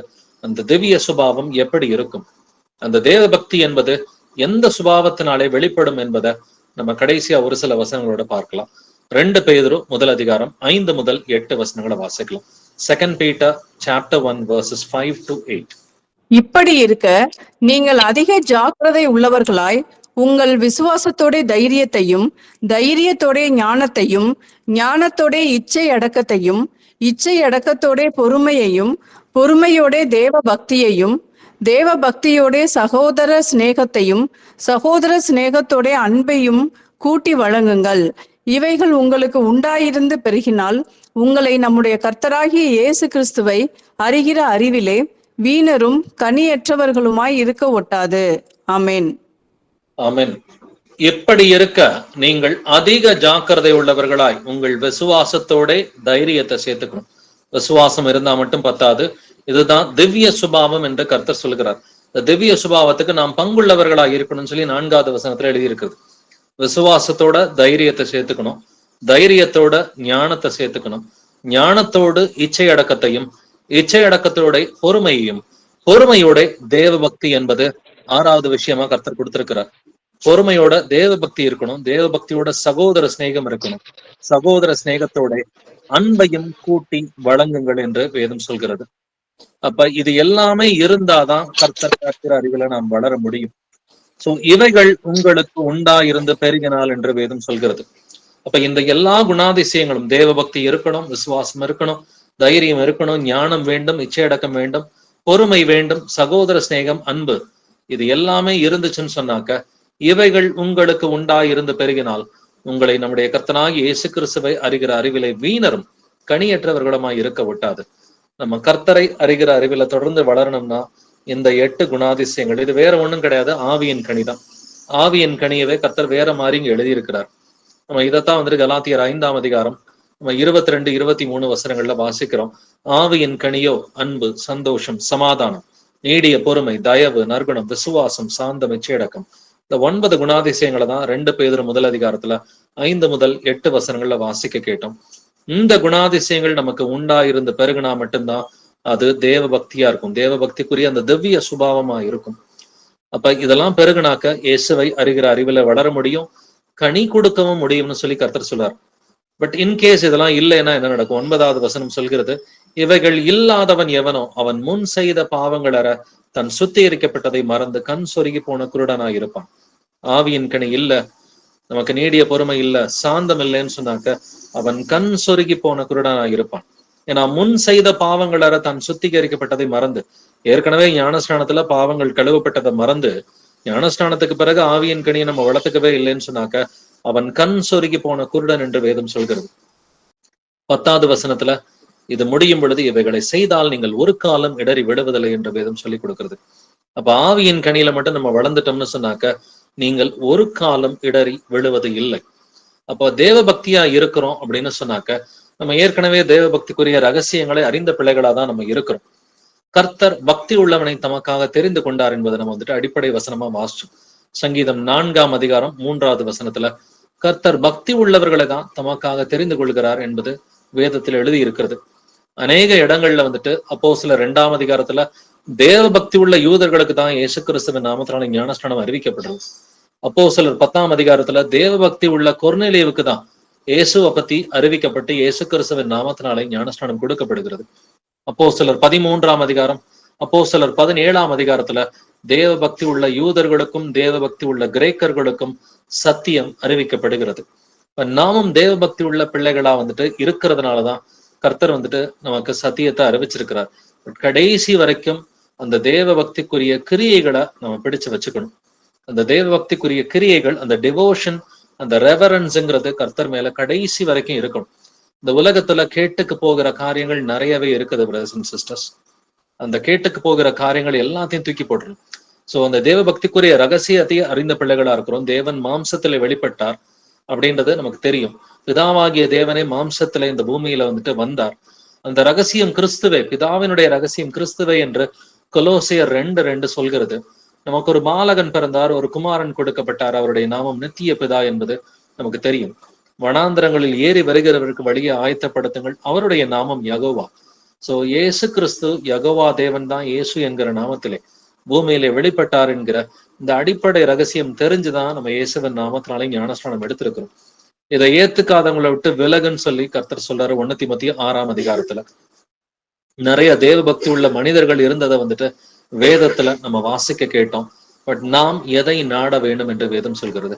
நீயோ தேவனுடைய மனுஷனை தேவ பக்தியையும் விசுவாசத்தையும் அன்பையும் பொறுமையையும் சாந்த குணத்தையும் அடையும்படி நாடு. இப்ப நம்ம இப்படிப்பட்ட குணாதிசயங்களை தேவ பக்தியை அடைவதற்கு நாம் நாடுகிற பிள்ளைகளா இருக்கணும். எனக்கு எல்லாமே அழியக்கூடிய ஒரு காலமா இருக்கிறது இல்லைங்களா? சோ இப்படி இவைகளெல்லாம் அழிந்து போகிறபடியினால் நீங்கள் எப்படிப்பட்ட பரிசுத்த நடக்கையும் தேவ பக்தியும் உள்ளவர்களா இருக்க வேண்டும். ஸோ அந்த காட்லினஸ், அந்த டிவோஷன் நம்முடைய கிரியைகள்ல வந்துட்டு தெரியுதா அப்படிங்கிறத நம்மை நாமே நிதானித்து அறிவோம். நான் அவருடைய திவ்ய சுபாவத்துக்கு, கர்த்தருடைய அந்த திவ்ய சுபாவத்துக்கு நாம் பங்குள்ளவர்களா இருக்கணும். அந்த திவ்ய சுபாவத்துல என்னென்ன காரியங்கள்லாம் இருக்குது? உங்கள் விசுவாசத்தோட தைரியம் வேண்டும், தைரியத்தோட நமக்கு ஞானம் வேண்டும், ஞானத்தோட இச்சையடக்கம், இச்சையடக்கத்தோட பொறுமை, பொறுமையோட தேவ பக்தி, சகோதர சிநேகம், அன்பு, இவை எல்லாமே நம்மோடு கூட இருக்க வேண்டும். தேவ பக்தி உள்ள பிள்ளைகளா நம்ம இருக்கிறோம். இயேசு கிறிஸ்துவின் மேல பயமும் பக்தியும் இருக்குது. பக்தி வைராக்கியம் பாராட்டுறோம் அப்படின்னு சொன்னாக்க ஆவியின் கனியில எந்த அளவுக்கு வளர்ந்திருக்கிறோன்றத நம்மை நாமே நிதானித்து அறிவோம். எந்த அளவுக்கு சாந்தத்தோட இருக்கிறோம், எந்த அளவுக்கு நீடிய பொறுமையோட இருக்கிறோன்றத நம்மை நாமே நிதானித்து அறிவோம். ஏன்னா ஏற்கனவே கடந்த வாரங்கள்ல எடுத்த பைபிள் ஸ்டடீஸ்ல எல்லாம் வந்துட்டு இந்த 2 குணாதிசயங்களை நம்ம நிறைய வசனங்கள்ல பார்த்தோம். குறிப்பா யாக்கோபு 5ஆம் அதிகாரத்துல கர்த்தர் வரார் அப்படின்னு சொன்னாக்க நீ வந்துட்டு நீடிய பொறுமையோடு சாந்தத்தோட இருன்னு சொல்லி வேதம் நமக்கு சொல்லி கொடுக்கறது. எபிரேயர்லயும் பார்த்தோம்னா கர்த்தர் சீக்கிரமா வராருனாக்க நீங்க சாந்தத்தோட இருங்க, நீடிய பொறுமையோட இருங்கன்னு சொல்லி கர்த்தர் நமக்கு சொல்லி கொடுக்கிறார். குறிப்பா யாக்கோபு 5ஆம் அதிகாரத்துல நம்ம 7-8 வசனங்கள் வாசிக்கும் பொழுது சகோதரரை கர்த்தர் வருமளவும் நீடிய பொறுமையாய் இருங்கள் என்று வேதம் சொல்லி கொடுக்கிறது. நீங்களும் நீடிய பொறுமையோடு இருந்து உங்கள் இருதயங்களை ஸ்திரப்படுத்துங்கள், கர்த்தரின் வருகை சமீபமா இருக்கிறதே. கர்த்தர் சீக்கிரமா வராருனாக்க நீடிய பொறுமையோடு நாம் இருக்க வேண்டும் என்று வேதம் நமக்கு சொல்லி கொடுக்கிறது. இதே போல எபிரேயர் 10ஆம் அதிகாரத்தையும் நம்ம ஏற்கனவே முந்தைய வாரங்கள்ல செய்த பைபிள் ஸ்டடீஸ்ல ஆராய்ஞ்சு பார்த்திருக்கிறோம். அதுல எபிரேயர் 10ல 36-37 வசனங்கள்ல நீங்கள் தேவனுடைய சித்தத்தின்படி செய்து வாக்குத்தத்தம் பண்ணப்பட்டதை பெறும்படிக்கு பொறுமை உங்களுக்கு வேண்டியதா இருக்கிறது. வருகிறவர் இன்னும் கொஞ்சம் காலத்தில் வருவார், தாமதம் பண்ணார். கர்த்தருடைய வருகை சமீபமா இருக்கிற இந்த வேளையில நமக்கு என்ன வேணும்? பொறுமை உங்களுக்கு வேண்டியதா இருக்கிறது என்று வேதம் நமக்கு சொல்லிக் கொடுக்கிறது. அதே போல பிலிப்பியர் 4ஆம் அதிகாரம் 5வது வசனத்துல, உங்கள் சாந்த குணம் எல்லா மனுஷனுக்கும் தெரிந்திருப்பதாக கர்த்தர் சமீபமா இருக்கிறார். கர்த்தர் சீக்கிரமா இருக்கிறார்னா என்ன தெரியணுமா? உங்கள் சாந்த குணம் எல்லா மனுஷருக்கும் தெரிந்திருப்பதாக. அப்ப நீங்க சாந்தமா தான் இருக்கிறீங்கன்றது உங்க வீட்டாருக்கு தெரியுமா? நீங்க சாந்தமா இருக்கிறீங்கன்னா உங்க கணவருக்கு தெரியுமா? நீங்க சாந்தமா இருக்கிறீங்கன்னா உங்க மனைவிக்கு தெரியுமா? உங்க பிள்ளைகளுக்கு தெரியுமா? இல்ல உங்களுடைய பெற்றோர், உங்களுடைய இன்லாஸ்க்கு, நாத்தனாரு, மாமியாரு, இவங்களுக்கெல்லாம் நீங்க சாந்த குணம் உள்ளவர்கள்ன்றது தெரியுமா? கர்த்தர் சமீபமா இருக்கிறார் என்று எழுதி இருக்கிறது. அப்ப தேவ பக்தி உள்ளவர்களா இருக்கிறோம்னு சொன்னா ஆவியின் கிணியில வளருகிற பிள்ளைகளா நம்ம இருக்கணும். நமக்கு யாக்கோபு 5ஆம் அதிகாரம், எபிரேயர் 10ஆம் அதிகாரம், பிலிப்பியர் 4ஆம் அதிகாரம், இது எல்லாமே நமக்கு சொல்லிக் கொடுக்கிறது. தேவ பக்தி இருந்துச்சுன்னா நீ சாந்தமாயிரு, நீ சந்தோஷமாயிரு, நீ ஆவியின் கணியில இரு, நீடிய பொறுமையுடன் சொல்லி கர்த்தர் நமக்கு சொல்லிக் கொடுக்கிறார். அப்ப பக்தி உள்ளவர்களை கர்த்தர் தமக்காக தெரிந்து கொண்டார். அப்படின்னா முழுமையா பக்தி உள்ளவர்களா நம்ம மாறுவோம். பரிசுத்தமா இருக்கிறவன் இன்னும் பரிசுத்தமாகட்டும் என்று வேதம் நமக்கு சொல்லிக் கொடுக்கிறது. கர்த்தருடைய கிருபையோட இன்னும் தேவ பக்திக்கு ஏதுவாக நாம் முயற்சி பண்ண வேண்டும் என்று, மாற வேண்டும் என்று நம்ம ஒரு ஜெபத்தோட இந்த பைபிள் ஸ்டடியை நிறைவு செய்யலாம். Praise lord brothers and sisters. எங்கள் கர்த்தராகிய இயேசுவே, எங்களை தந்தையை உம்மை போற்றுகிறேன், உம்மை புகழுகிறேன், உம்மை வாழ்த்தி வணங்கி உம்மை ஆராதிக்கிறேன், நம்மை துதிக்கிறேன், நமக்கு நன்றி செலுத்துகிறேன், இது ஸ்தோத்திரம் செலுத்துகிறேன். ஆண்டவரே, எங்கள் கர்த்தராகிய இயேசுவே, நீர் நல்லவர், வல்லவர், பரிசுத்தர், தூயவர், நீர் இரக்கமுள்ளவர், நீர் சாந்தமுள்ளவர், நீர் நீதி உள்ளவர், துதியும் கனமும் மகிமையும் வல்லமையும் என்றெண்டவும் உடையது. பக்தி உள்ளவனை கர்த்தர் தமக்காக தெரிந்து கொண்டார் என்பதை நாங்கள் விசுவாசிக்கிறோம். ஆண்டவரே, பக்தி உள்ள பிள்ளைகளை எல்லா காலங்களிலும் நீர் சத்தியத்தை வெளிப்படுத்தி அவர்களை அன்பு செய்து வருகிறீர் என்பதை நாங்கள் விசுவாசிக்கிறோம். அதற்காக ஸ்தோத்தரிக்கிறோம். ஆண்டவரே, தேவ பக்திக்குரிய ரகசியத்தை எங்கள் எல்லோருக்கும் நீர் கற்றுக் கொடுத்த அந்த கிருபைக்காக ஸ்தோத்தரிக்கிறேன், நமக்கு நன்றி செலுத்துகிறேன். தேவன் மாம்சத்துல வெளிப்பட்டார் என்கிற விசுவாசத்தோடு அதை கிரியைகளை வெளிப்படுத்துகிற பிள்ளைகளா, அதை இயேசு கிறிஸ்துவின் நாமத்தினாலே வெளிப்படுத்தின பிள்ளைகளா எங்களை எல்லோருமே நீங்க மாத்தி இருக்கிறீங்க. நன்றி ஆண்டவர்களை. தொடர்ந்து ஆண்டவரை, நாங்கள் தேவ பக்தி அடைவதற்கு நாடக்கூடிய பிள்ளைகளா இருக்க வேண்டும் என்று எங்கள் எல்லோருமே இயேசு கிறிஸ்துவின் நாமத்தில் நாங்கள் ஆசீர்வதிக்கிறோம். ஆண்டவரை, கர்த்தர் சமீபமா இருக்கிறார் என்றால் உங்கள் சாந்த குணம் எல்லா மனுஷருக்கும் தெரிந்திருப்பதாக என்று வேதம் சொல்கிறது. நாங்கள் சாந்த குணம் உள்ளவர்களா இருப்பதற்கு எங்களுக்கு கிருபையை கொடுங்க. ஆண்டவரை, ஆண்டவரே, கர்த்தர் வருமளவும் நீங்கள் நீடிய பொறுமையா இருங்கள் என்ற விதம் சொல்லிக் கொடுக்கிறபடி நாங்கள் நீடிய பொறுமையோடு இவ்வாறு நாங்கள் தேவ பக்தியை எல்லோருக்கும் வெளிக்காட்டுகிற பிள்ளைகளா இருக்க வேண்டும் என்று எங்கள் எல்லோருமே இயேசு கிறிஸ்துவின் நாமத்தால் ஆசீர்வதிக்கிறேன். தொடர்ந்து இயேசுப்பா, உங்க மேல நாங்கள் பக்தி வைராக்கியம் பாராட்டுவதற்கு கிருபையை கொடுங்க. ஆண்டவரே, பிணக்காசை போல நாங்கள் ஆண்டவரை, தாவீதை போல பவுலை போல உங்கள் மேல் பக்தி வைராக்கியம் உள்ளவர்களா இருப்பதற்கு நீர்தாமே எங்களுக்கு இரக்கம் பாராட்ட வேண்டுமாறு கெஞ்சி மன்றாடுகிறேன். ஆண்டவரே, நாங்கள் 2 பேரும் முதல் அதிகாரத்தில் சொல்லப்பட்டது போல எங்கள் விசுவாசத்தோடு தைரியத்தோடு ஞானத்தோட இச்சை அடக்கத்தோட பொறுமையோட தேவ பக்தியோட சகோதர சிநேகத்தோட அன்பையும் கூட்டி வழங்குவதற்கு கிருபையை கொடுங்கப்பா. இந்த குணாதிசயங்கள் எங்களுக்கு உண்டாயிருந்து பெருகுவதற்கு இரக்கம் பாராட்டுங்க. அதன் மூலமா கர்த்தராகிய இயேசு கிறிஸ்துவை அறிவிலே வளருவதற்கு இரக்கம் பாராட்டுங்க. அதன் மூலமா நாங்கள் கனி கொடுக்கிற பிள்ளைகளாய் அதிகமாக மாறுவதற்கு நீர்தாமே எங்களை பலப்படுத்த வேண்டுமாறு கெஞ்சி மன்றாடுகிறேன். இவ்வாறு என்று வசனங்களை கேட்ட சகோதர சகோதரிகள் எல்லோருமே ஆண்டவரே, தேவ பக்தியில வளர்ந்து பெருகுவதற்கு இரக்கம் பாராட்டுங்க. ஆண்டவரே, பக்தி வைராக்கியத்துல வளர்ந்து பெருகுவதற்கு நீர்தாமை இரக்கம் பாராட்ட வேண்டுமாறு கெஞ்சி மன்றாடுகிறேன். ஈசாக்கை போல மேல் பயபக்தி உள்ள பிள்ளைகளா இருப்பதற்கு உங்கள் எல்லோருக்கும் இரக்கம் பாராட்டுங்கப்பா. தொடர்ந்து உடைய வருகைக்கு முன்னாடி எங்களை பரிசுத்தம் பண்ணுங்க. உடைய வருகையின் ரகசியங்களை எவ்வளவோ எங்களுக்கு வெளிப்படுத்தி இருக்கிறீங்க. உடைய வருகை நாட்களிலே ஆண்டவரை ஜீவிக்கிற எங்களை இன்னும் அதிகமாக பலப்படுத்துங்க, எங்களை சீர்படுத்துங்க, எங்களை திடப்படுத்துங்க. உடைய வருகைக்கு முன்னாடி எங்களை பரிசுத்தப்படுத்துங்க. எங்கள் கர்த்தராகிய இயேசு கிறிஸ்துவே, நீ சீக்கிரமா இந்த பூமிக்கு வாரும். ஆண்டவரே, துதிகன மகிமையெல்லாம் இயேசுவே ஒருவருக்கே உண்டாவதாக. ஜெபங்களை என்னுடைய கர்த்தராகிய இயேசு கிறிஸ்துவின் மகா பரிசுத்த நாமத்தால் ஏறெடுக்கிறேன். ஜீவனுள்ள எங்கள் நல்ல பிதாவே, ஆமென். Thank you brothers and sisters.